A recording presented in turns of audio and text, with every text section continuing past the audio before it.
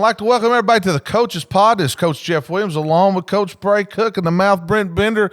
Got a special guest here, Minnesota, Drake Lindsey, former Fayetteville high school star. Drake, welcome to the show. Appreciate it, man. Excited to be here.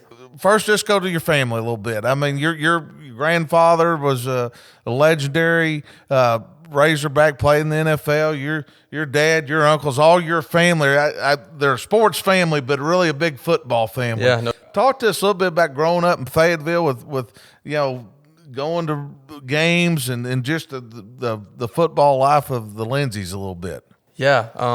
I think it was very unique. I got to experience living in the same neighborhood as all my cousins, being around Zach. Lived right up the street. Lindy lived right next door. I think it was a very unique setting. I haven't really talked to people that have had that kind of family setting all in the same neighborhood. So it was definitely very cool to experience.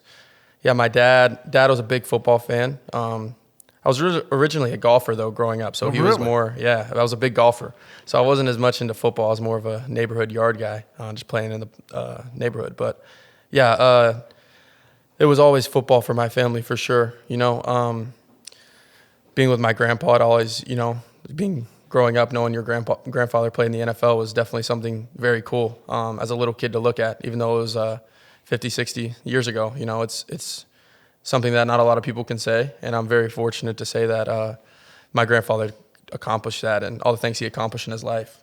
And then being around my dad and uncle, especially my uncle was always like harping about football, with Link and Jack and everybody just growing up in that household. It was just always football. And the same with my dad, but my dad was a little more lenient. Like he kind of was letting me experience what I liked. Along with Lindy. Lindy would let his kids play all the sports, but my dad was kind of just like, do what you love, And I was at golf at first, and then got to that age where I had to make a decision at like 11, 12 years old if I wanted to take golf seriously, and I tried and didn't really work out because it's just a grind by yourself, So then I just focused into the team sport. Always been an outgoing guy, shifted to that, and I've loved it ever since. But yeah, it was definitely a unique dynamic growing up in the Lindsey family for sure. No doubt. I mean, you talked about your cousin Jack, who's, to be honest with you, and I coached high school football for 25 years, coached against that guy. He's by far the toughest quarterback I've ever faced against, physically, mentally, the whole part of it. Well, let's transition. So, obviously you go on. We kept up with you a couple of years ago. You were here at Fayetteville, player of the year, blew it up. But talk about that journey, and especially because we got different, kids that listen to this and the high school kids. Talk a little bit about your journey, just getting thrown, you're a sophomore, starting that whole journey there at Fayetteville High School with Coach Dick and that staff, and then just by your senior year, man, all you did was throw completions. But talk to us a little bit about that part of the journey, your sophomore year and that development and growth. Yeah. So to start, going into my freshman year, I obviously had a knee injury. I tore my patellar tendon in my left knee, and that was a very difficult thing to deal with at that age because I was very confused on like what it was going to look like. Yeah. Like if I was going to be able to recover at such young of an age to be able to go compete at a high level and do what I wanted to do. And I think it was one of the biggest learning moments of my life. I think I learned a lot from that injury. I think I learned a lot about who I was as a person at a very young age. And obviously I had a lot of growing to do. Like I was 14, 15 years old. Like I wasn't nowhere near to being an adult. I was a little kid, but it was very good for me to go through that at that age. It was a special thing for me. Like I truly wouldn't change it for the world because it made me who I am today, and it made me go through adversity at a young age. Like not a lot of people have to have a 12-month recovery at the age of 14, 15 years old over a knee injury. So I missed the whole freshman season, and then we hired Jay Wilkinson as the OC after my freshman year, and Coach Dick was still there, obviously. And going into that year, I did some spring ball, but I was still like coming back from my injury, so I was still I wasn't the same, I would say, because they told me Naveen Kalambi told me after 18 months post-op, I'd feel completely normal. Like my left knee would feel like my right knee. And then that year, I didn't really get fully healthy till the summer, so I didn't really have a chance to compete for the job, I would say. Bladen was the starter that year. He did a great job, but that whole year was just trying to figure out what I wanted to do with this, you know, because I felt like I was a little lost. I was playing junior varsity, and I felt like I didn't belong, but it's like that's how good I was at that point because I was coming back from that knee injury. So I wasn't ready to play in the varsity level yet just because of what had happened. So I was trying to really figure out who I was and what could I accomplish, you know. Like I knew I could throw the ball, but I was a little rusty because I hadn't really played in 2 years since 8th grade. And then transitioning to going into my junior year, it was a conversation of like, what do I need to do to get us to where we want to be? And as a team, like, what does this team need to do? Because we had lost 22 starters going into my junior year. So it was like, what do we need to do, you know? And I was 165 pounds, 6'3", legs were skinny. And I was just like, all right, it's time to change something because I'm going to start this year. And I got to figure out what I need to do to get us to win some football games and be successful. So I gained about 30 pounds and got to 195, 200 right before the season. And like 18 months after surgery, I felt healthy. Like wouldn't get sore from working out, felt normal. And that was like a huge blessing to me because I was like bending my knee after workouts feeling normal and not being like so stiff and sore. And that's a true credit to my surgeon who worked on me and told me the steps to take. And going backwards real quick, that's another thing that I was very good at is right when my knee injury happened, I called him right after surgery, like right when I got home when I wasn't loopy. And I was like, tell me exactly what I need to do to get back to that. And he was like, all right. So he gave me every single step. I wrote it all down and I just prayed about it and took every step very seriously because I didn't want to mess up anything. I wanted it to be normal. So then going back to my junior year, going into the season, we opened with Cabot, didn't play very well. First start, a little nervous. And then next game, North Little Rock, blew them out. Then got to Northside, and I started getting in this rhythm where it was just like, just felt natural. And I was starting to finally feel like I could really do this. And I think it was a true, just my family always having my back during those tough times, but really just me putting the work in that off season. You know, I had never worked that hard, I felt like, in my life going into my junior year because I knew that was the year, you know. Like, if I didn't have a good junior year, I probably wasn't getting scholarships. It's hard to go into senior year getting scholarships with zero offers because people are committing earlier, and I was like, all right, this is the year. Like, I got to take off. So I felt like I took full advantage of the opportunity I had, and we didn't get to where we wanted to go that year, but I think we had a lot of young guys playing that hadn't played. So we were in some close games, like lost to Bentonville in overtime, lost to Rogers on a game-winning field goal, lost to Cabot on a 2-minute drive, 94 yards. So it was like we were right there, you know, and then we got blown out in the playoffs, but it's like we knew how close we were to getting where we wanted to be. Yeah, and then I got to my senior year, and then we had everybody back, and I was like, this is the year. Like, I was starting to get some steam, like picking up a few offers. And then Minnesota came around, like right after my Colorado State official visit.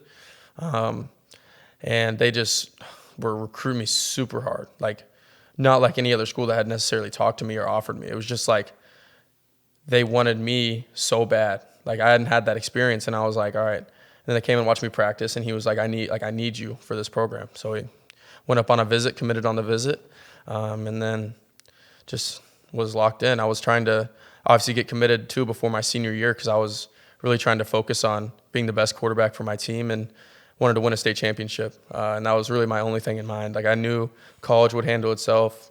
All the rest of the things, I was done with recruitment.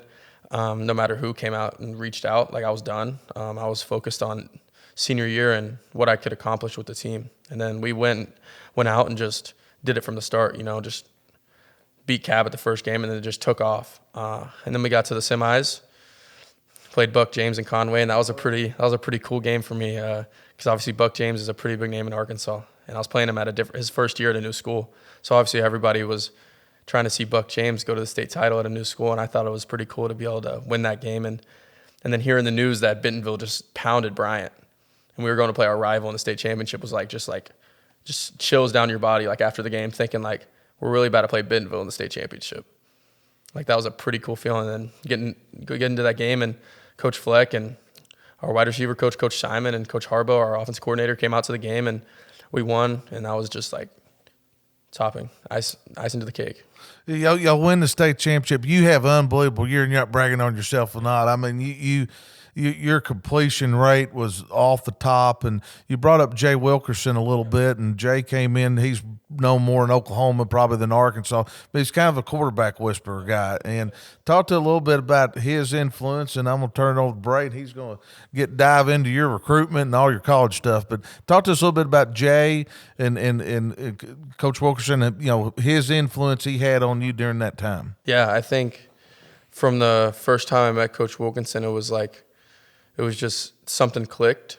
I'd never really met a coach like him that had so much influence on high school athletes, to be honest. Like, he was such a personable guy, but also like he coached you so hard. Like, he would coach me so hard, and it was obviously for a reason. So when I got to college, it was like I was used to it, and I appreciate him more than ever. He was a grinder, man. Like, he would hit me up about a play before game. How do you feel about this? I'd obviously say I felt good because I had full faith in him that he was going to put me in the best situations. And he did that for 2 years of my high school career. And there's not many people like him as a high school coach. Like, he's a special coach, a special person, and he's a very genuine guy. He cares a lot about his players, which means a lot as a high school coach. Especially with, like, you don't get that much time with your high school coach because there's a certain amount of hours compared to college, especially. So the connection we built through high school was awesome. It was a great connection to have. Cool, Bray. Well, before we move on to your the recruitment and then obviously your career now, I never heard the story of your patella tendon. I didn't realize your left knee, that's what you tore. Yeah. I had the exact same injury. Really? I got a big nasty scar right there. I do too. And so the difference is mine ended my career. Yours started. You were able to recover a little more than I was. The rehab process for that, and you touched on it a little bit. I mean, it's 12 months. It's a grind. It's brutal. It's brutal. It's painful. Yeah. Well, what was that situation like? Where'd you go for your rehab? What'd you do to get back on the field? Yeah, so I went to UAMS. I think it's over on Steel Boulevard. It was a newer place, and I was a little nervous. I'd never had that kind of situation where I was going to go somewhere and have a plan set up for me from August to June. It was like a 10-month rehab plan for me to get back on the field. And it was like 3 days a week to start for the first 8 weeks, and then switch to 2 because it was going to get more like moving around, lifting, jumping, get back into that thing. And it was very, I did love it because I had a great personal or physical trainer. His name was Andy, and he was awesome. He was very personable. He kept me happy there. Like, I think if you're not happy doing your work, like that was work for me at that time, then you're not going to get better and enjoy it. And he always pushed me to be better and would have those like personable conversations with me. Like, and the hardest thing about it, truthfully, was when they're starting to bend your knee again, because I had to keep my knee locked for 6 weeks. So I'm just sitting there in bed with my knee locked out and I can't bend it. Like, showers were impossible. My leg was outside the shower. So it was like him starting to slowly bend my knee.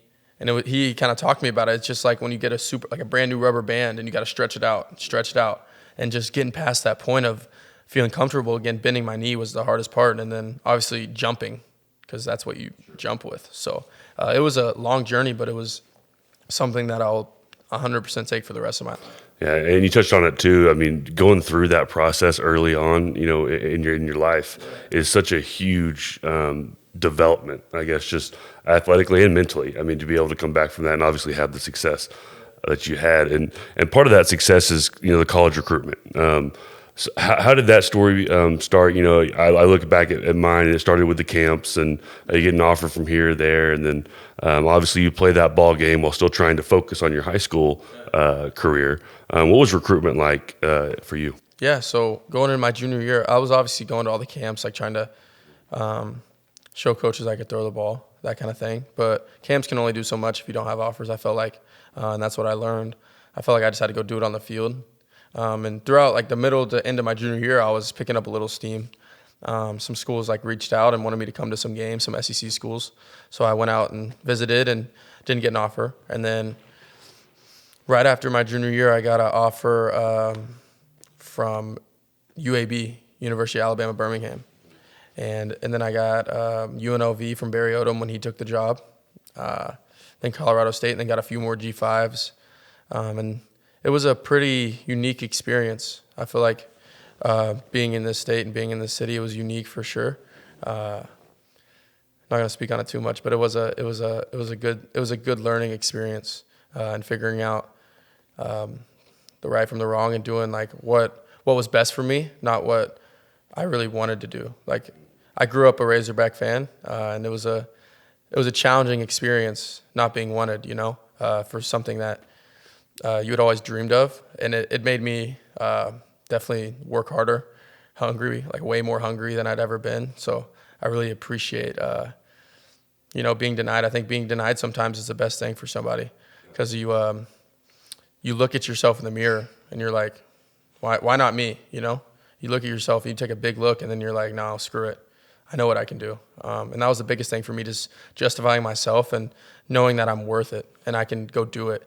And then doing that going into my senior year and just taking off another big year, just taking a leap, was awesome, because I'm just slowly getting better and better each year from my freshman to senior year, and then just taking those jumps was just awesome to experience for myself. And when did Minnesota come into the picture? Yeah. And when did you know that you wanted to row the boat? Yeah, so I went to Colorado State on an official visit like April 14th through the 16th, I believe. Then right when I got home, like April 17th, they had a previous quarterback committed. Mm-hmm. That's at Georgia Tech now. That was from the Georgia area, and he decommitted. And they were in a hunt because a lot of people had already committed. I was trying to find that one school that would just fall in love with me in the Power 5 division, because I was going to be okay with going Group of 5, but I knew that I was better than that, truthfully. Like I knew what I could do, and I was waiting on the team to just take a chance on me, honestly. And they reached out. Keegan O'Hara, our quarterback coach, reached out to me. Eric Kaler, our tight end coach, and it just kind of took off from there. It was just like they wanted to come watch me throw before they were going to offer me that day. They said that, and then that night they FaceTimed me and just offered me. Mm-hmm. And that was like an awesome feeling, because I felt justified that like someone believes in me, mm-hmm. And someone's really willing to take a chance on me to come help their program out and be a difference. And I've always felt like I could do that. And then after that, that was like April 17th, right when I got home, maybe April 16th, I don't know, one of those days. And then fast forward, they come to my practice. Coach Harbaugh came to my practice 2 weeks later and wanted to make sure I could do it, like watch me in person, because I was a bigger kid, wanted to see if I could move my feet good. And he liked what he saw, and then just was like, hey, I want you to come up this weekend. Like, I want you to commit on the visit if that's what you want. I know what we want, and that's you. So I just felt like the 4 weeks that I got to know them was more than I'd got to figure out about those other coaches that had recruited me for 5 months. Like those 4 weeks, it was like speed dating. Like It was like like fast speed dating. Like I'd got to figure out so much about these guys in 4 weeks. It was like they're putting in this much effort when other coaches might have known me for 6 months, and I don't know near as much about them. So I was like, I think I felt right. Going to Minneapolis, it felt like something was brewing, honestly, too, because the only person that had been there was my grandfather, and people saw the things that he did. Mm-hmm. So I just felt like something special was going to happen in Minneapolis, and I feel like this year is going to be a big year for us. Yeah. Now, when you went to Minneapolis, what did you official there? Did you take an official visit? Yeah, I did, but when I committed, it was unofficial. Okay. Yeah. So how many times did you go up there? What did you do while you were there? Mm-hmm. That led to that commitment? Yeah, so on that unofficial visit, I got there on a Friday, stayed the night, and then left on Saturday night. But I got there on Friday and immediately just went into the facilities. And I got to hang out with Brevin Spanford, who's a tight end for the Dallas Cowboys, because most of the guys in May are gone. Like, I'm here right now. Everyone's pretty much at home. He was there still, like, coming off an injury, so he was rehabbing. So I got to spend some time with him, and he was a projected, like, second tight end off the board. Mm-hmm. And now he's on the Cowboys on the active roster, played some this year, and it was really cool to be able to, like, talk to him about his experience, because he was going into his 6th year, so he had been there. Yeah. So he was a very mature guy. Got to learn a lot from him in those 2 days I was there.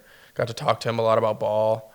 Got to talk to him about life. Like, we learned a lot about each other, and so that was a very cool experience on that unofficial, getting to talk to one of the best players in the country. Mm-hmm. And then getting to watch film with Coach Harbaugh. Like, we turned on my high school tape, and he was just talking about different throws with me, like different plays, like what I was seeing, what I was looking at, what my drop is, what defense this team was giving me.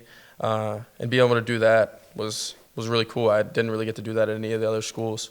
We didn't turn on my tape and watch it, I would say. So that was really cool. And then leading to my commitment, we went to dinner and stuff. We all hung out, and it just felt right. Like I didn't see anyone else being, even if it was the best team in the country, honestly, I didn't see anybody else wanting me as much as they did.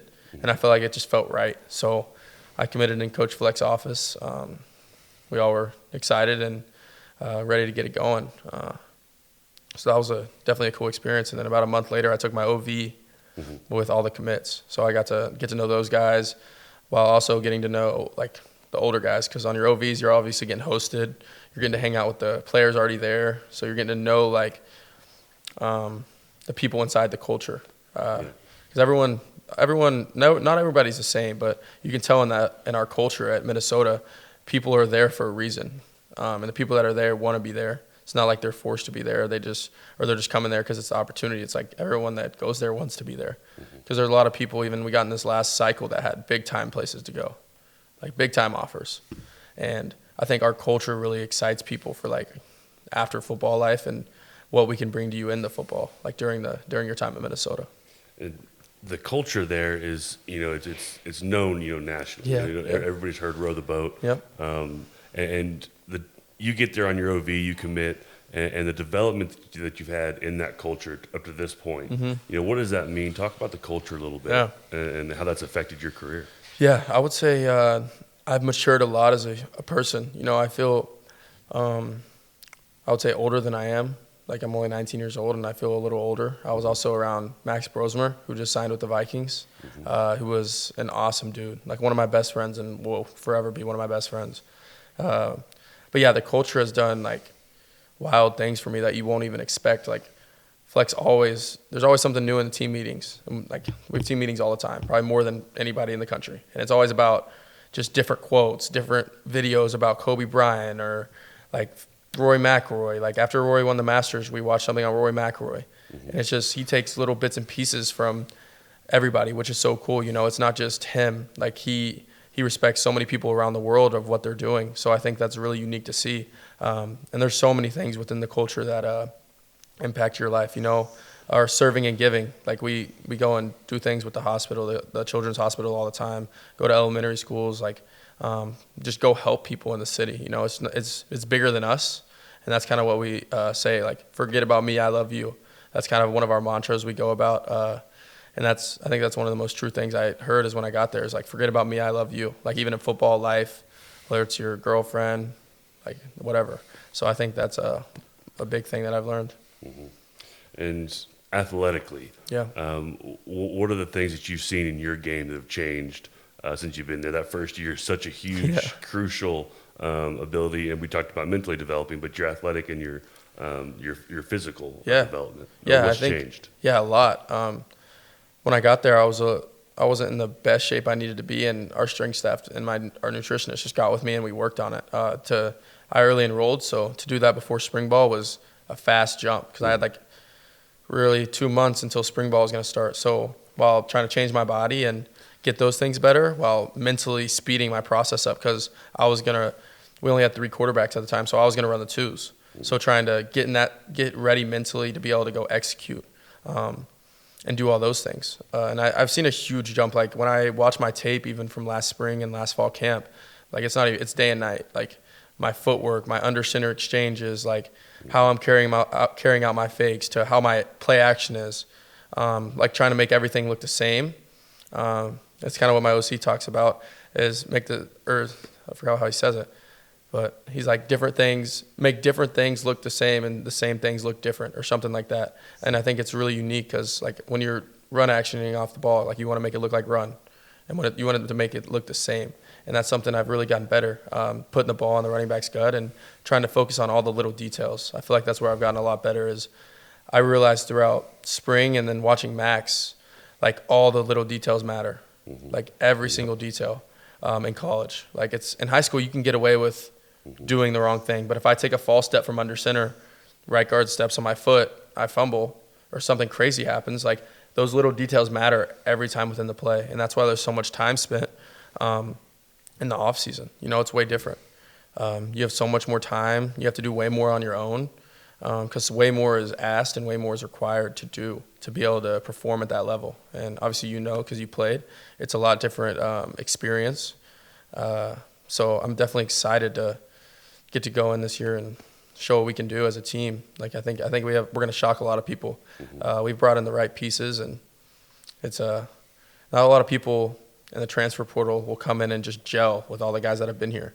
And like that's truly to Coach Fleck and our staff, like bringing in the right people. Because like there's not a person, we brought in, I don't know how many transfers, a lot, but there's not a person on our portal that we brought in from January that I don't like.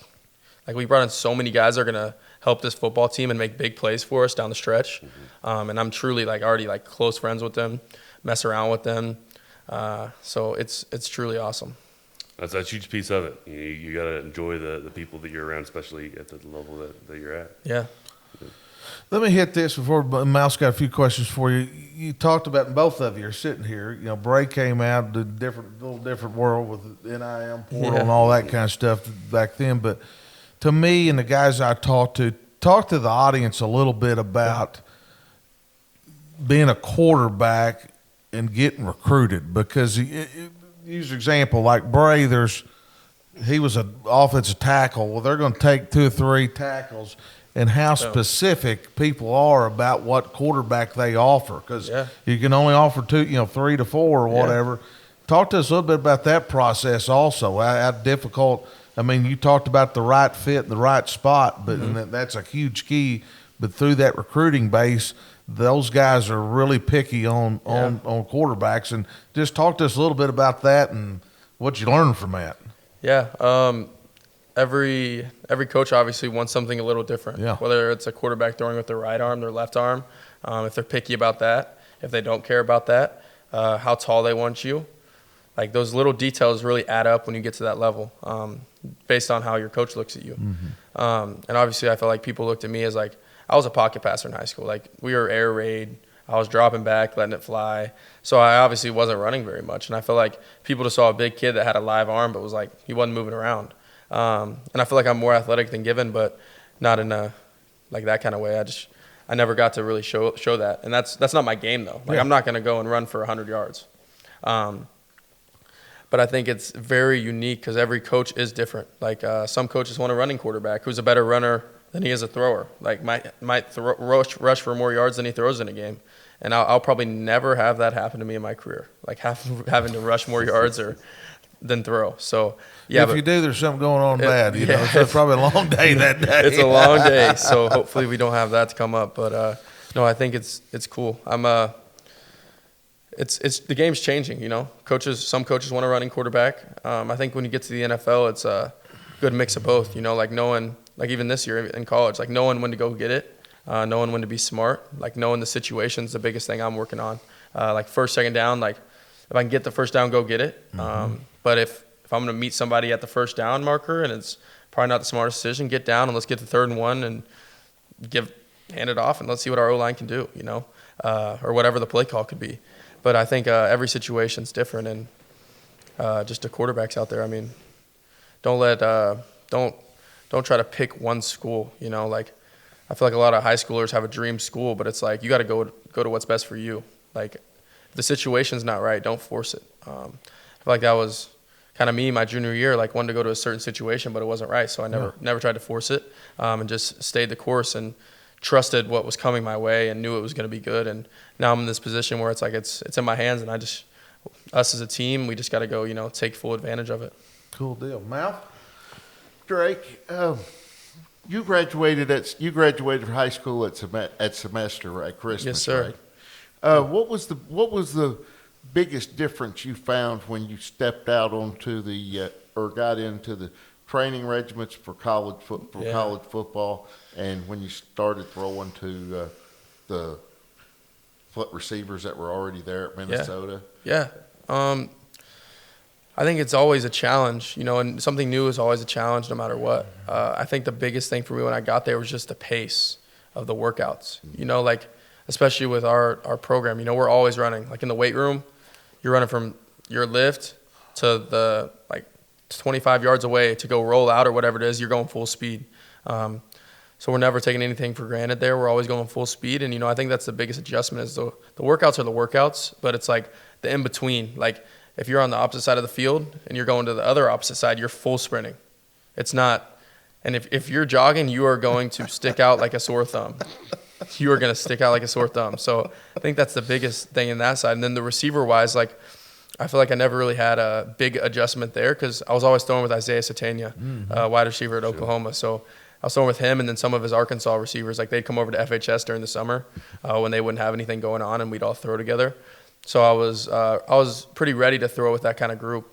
I trained with those college receivers, and even being little, like during COVID, my cousin Jack would take me to throw with him, and it'd be like Felipe Franks, him, John Stephen Jones, Mike Woods, and so all those receivers there. Trey Knox when he was young, I think he was there at that time. So it was really cool to be able to like experience that at a young age because I was throwing to college receivers, and I was 14, 13 years old before my knee injury during COVID. So I feel like I was always ready for the moment. And how exciting is it to go to traveling playing the Big Ten schedule and traveling to the big house, to the Horseshoe, places like that? That being from Fayetteville, Arkansas, you probably never dreamed that you were going to be able to go to. Yeah. As I did with my dad being a college coach. Yeah. I never dreamed I'd go to be able to watch a game at Notre Dame. No doubt. Or beat Notre Dame in a game, And that just fascinates me. Yeah. I think growing up, I was obviously always an SEC guy. Like, I wanted to go play at Alabama. I wanted to go play at LSU. And then experiencing those new things where I'm going to, like this year we went to the Big House. We went to Illinois and played Brett Bielema and won. Like I think there's very unique things that you get to do. And this year we have an awesome road schedule. We play at Ohio State, at Oregon, at Iowa. And I think it's a very awesome feeling going into those games knowing that no one's going to pick you to win. You have nothing to lose. Like just go out there and let it rip. Like there's no we're going to be the underdogs in those games, to be honest. Like we are. Like people are not going to pick us to win, and I love that feeling going into those games. How do you handle walking to class in November, December, January, February? Put a big jacket on and just gotta go. I try to get as close to my class as I can without until I get out of the car. So it gets a little chilly down there. It gets dry. It's just dry, cold air. So it's not always, to be honest, it doesn't snow, I feel like, as much as people think. It's more of just like in January, it is just cold. It's like it'll snow probably twice in the month, but it's just like freezing. It doesn't matter if it's a dry cold or a wet cold. Cold is cold. No I'm doubt. just telling you. No doubt. No doubt. And I've got to ask you about a Minnesota staple because I watch diners, drive-ins, and dives all the time. Okay. And I've got to find out, have you had the Juicy Lucy? I have had the Juicy Lucy. I've had it. Tell us what is in the Juicy Lucy. Yeah, so it's just a patty, and it's like melted cheese inside the burger. So it's like when you take a bite, you're getting the cheese from inside of the patty. So it's a pretty like, it's good, but it's like very unique. Like when you first have it, you're like I don't know how to feel about that, But it's good. You'd recommend it? I would recommend it. I think I don't eat it all the time. I'm not eating burgers all the time, but like if you're gonna go to Minnesota, I think you should try Juicy Lucy. It sounds like a spot we need to Yeah, hit. well, That's like like that. That's that right up sounds our right up our alley. alley. Yeah, we'll try it. No doubt. Well, let's go back let's talk about Coach Fleck a little bit and his energy. I mean, you said, they'll do documentaries when we see highlights and just his energy, and he's been there a while. We were talking about before coming on here, he was a guy who was up and coming, and he said he was going to stay, and he stayed there a while. Yeah. And you hit a little bit about Bray asked you about the culture, but just the energy he brings every day. Yeah, I mean, he's the same guy every single day, and you wouldn't want it any different because you don't want a guy that's a roller coaster, Like, what you're getting with Coach Fleck every single day. He runs in the team meeting room full speed, gets us going, and then just gets to what he's got to say. But, practices, like our practices, if you came and watched our practice, it's how Coach Fleck is as a person, to be honest, like when you really think about it. Like our practices are period to period, just going, no break in between. So, I mean, he's very unique. I've never met a person like him, to be honest, in my life that is such a great dude and can talk about anything. You know, like he's asked me how my family is, asking about different things. You know, it's not just all about football, which was what you want in a coach because you want to have a personal relationship. So, I mean, like I've never met a guy like him. And like, to be honest, like a lot of people will have like receptionists to make a meeting with your head coach. And when if his door is closed, that means he's busy. But like when his door is open, I mean, you can go knock on it. And I'll just go in there and talk to him about life. And then football might get brought up. It might not, just depending on what we're talking about. But he's a very unique guy. And I've never met somebody like him, and I wouldn't want it any other way. Really cool. If you had to go back and talk to that, you talked about your patella tendon and all that back, you know, a 14, 15-year-old Drake Lindsey, which it's only a few years since then, but what advice, because you see these quarterbacks, you know, these young quarterbacks coming out in Arkansas all over the country, but what advice would you give to yourself back then, and what advice do you give those young guys that want to be sitting where you're sitting at?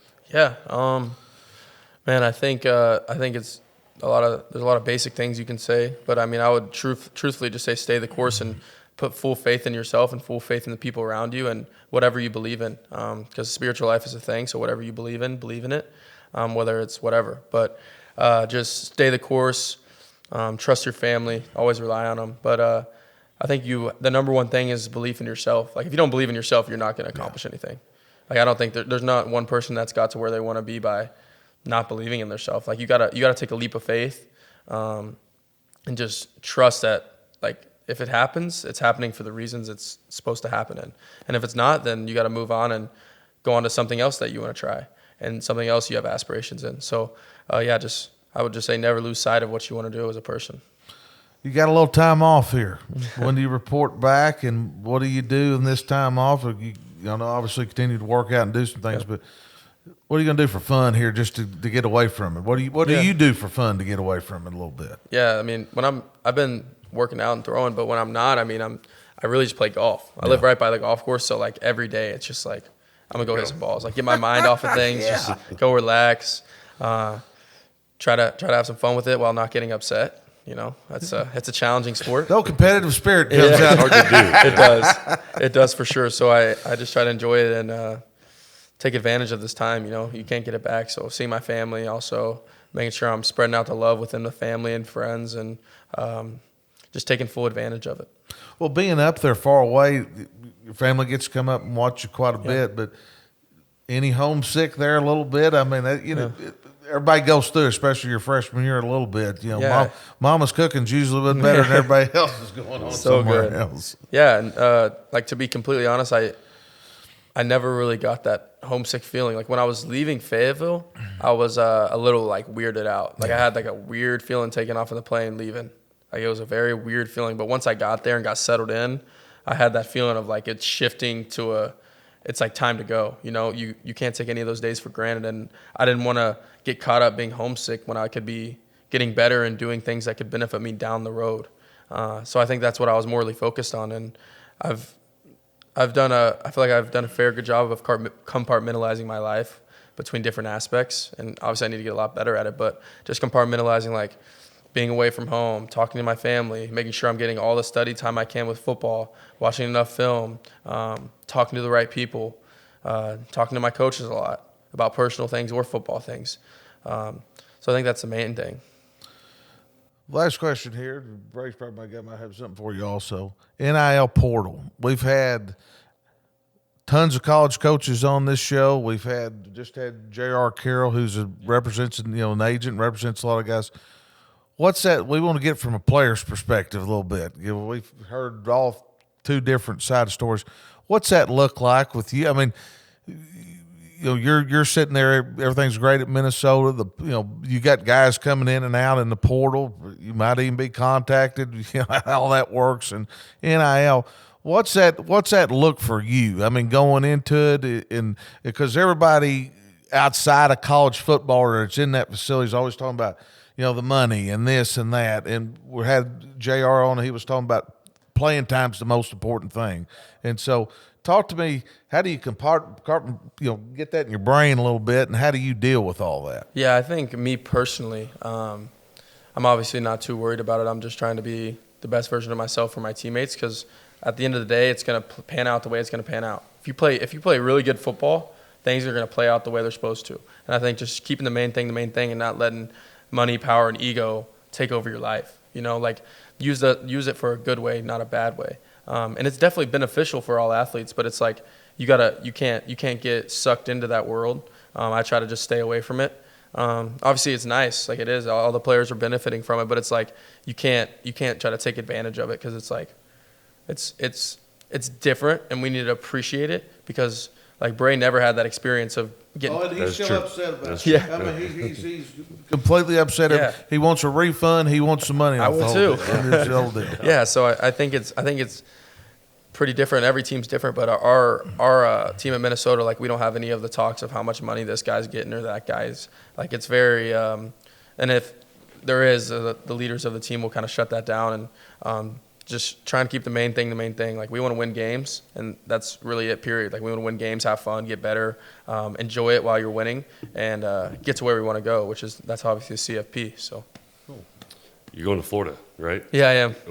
Talk through that. What's going on down there? Yeah, so May 11th through like May 16th, 17th, I'm taking quarterbacks, tight ends, a few of the running backs, and a good amount of the wideouts down there to just train and be around each other. I think it's Max did it with us last year. He took us to Atlanta, and I thought I wanted to do that next year and just do a different spot. So we're staying at Airbnb on the beach. We're training at Exos facilities. We'll have some fun time in between, but it's also like really just a bonding piece, like meshing, getting ready for summer workouts, and then really just jumping into fall camp. Like, you gotta, by fall camp, if you're not meshed, you're not going to be ready to go.